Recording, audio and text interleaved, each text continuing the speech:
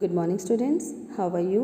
In today's class we are going to revise question answer of chapter number 4 history, and the name of the chapter is the Mughal Empire. Let us start. Dear students, question number 1 and 2 are in the form of book exercise that we have done in our assignment. So we will start from question number 3. Let us start. What were the central provinces under the control of Mughal? Mughal के अधिकार में कौन कौन से area आते थे? Panipat, Lahore, Delhi, Agra, Mathura, Amer, Ajmer, Fatehpur Sikri, Chittor, Ranthambore and Allahabad. These were the areas that were under the control of Mughals. Let us discuss our next question. What were the relationship between the Mansabdar and the Zagir? मनसबदार और जागीर के बीच में क्या रिलेशनशिप है? Mansabdar were the people who join Mughal services. मनसबदार कौन लोग होते थे? ये वो लोग थे जो कि मुगल सर्विसेज को यानी कि मुगल आर्मी को ज्वाइन कर लेते थे. They receive their salaries as revenue assignment. और उनकी सैलरी कैसी होती थी? रेवेन्यू असाइनमेंट के फॉर्म में. रेवेन्यू का मतलब क्या है?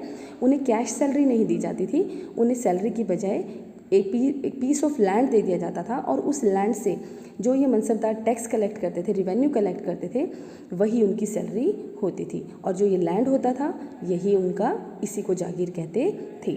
The mansabdar had the right to collect revenue from their jagir. और मनसबदार के पास अधिकार था कि वो उस जागीर से रेवेन्यू कलेक्ट कर सकते हैं, but they could not live in और एडमिनिस्टर देयर जागीर. ना वो उस जागीर में रह सकते थे और ना ही उस जागीर का एडमिनिस्ट्रेशन चला सकते थे, यानी कि उसको रन कर सकते थे.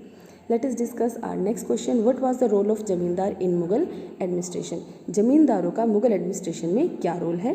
द जमींदार in the Mughal administration collected revenue from the peasants. जमींदार क्या करते थे? मुगल एडमिनिस्ट्रेशन के अंदर पीजेंट्स यानी कि किसानों से टैक्स कलेक्ट करते थे.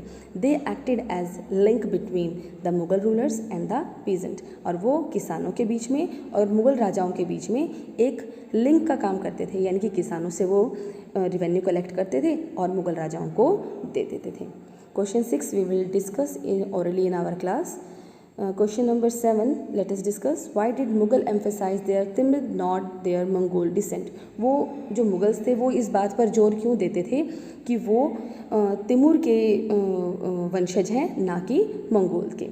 The Mughals emphasize their Timurid and not their Mughal descent because, वो ऐसा क्यों करते थे? Because Genghis Khan memory was associated with the massacre of numerous people. क्योंकि जो गेंगिस खान की जो लिंक है वो बहुत लोगों के हत्या से जुड़ा हुआ था, और उन्हें इस बात को बताते हुए अच्छा फील नहीं होता था. They prided themselves on the fact that Timur had captured Delhi in 1398. और वो इस बात में बड़ा गर्व महसूस करते थे, बताते हुए कि वो तिमूर की फैमिली से हैं, क्योंकि तिमूर ने दिल्ली पर कब्जा कर लिया था 1398 में.